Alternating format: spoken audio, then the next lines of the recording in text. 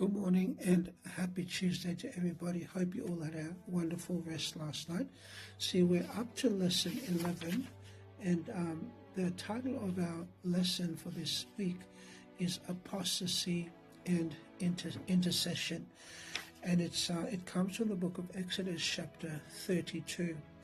My topic for today is titled Failed Leadership. The question I want to ask is, have you ever noticed how quickly a crowd can change direction and how easily a leader can be swept along with it? You see, in the book of Exodus 32, Aaron was left in charge while Moses was in the mountain with God for 40 days. You see, the people grew impatient and they gathered around Aaron and they demanded and they said, "Make us gods." And shockingly, Aaron gave in and he collected their gold and he shaped a calf and called it their God. See, the question is, how could a leader chosen by God fail so spectacularly? You see, it happened because Aaron feared people more than he feared God, and he chose popularity over principle, compromise, and over conviction.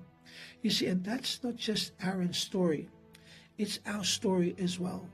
How often do we stay silent at work, at school, or even in our families because it's easier to blend in than to stand up?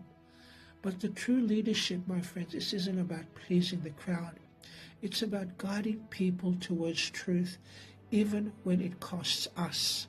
You see, a spiritual author once wrote, she says, "The greatest want of the world is the one of men and women who will not be bought or sold, who are true and honest in the soul, who will stand for the right though the heavens fall."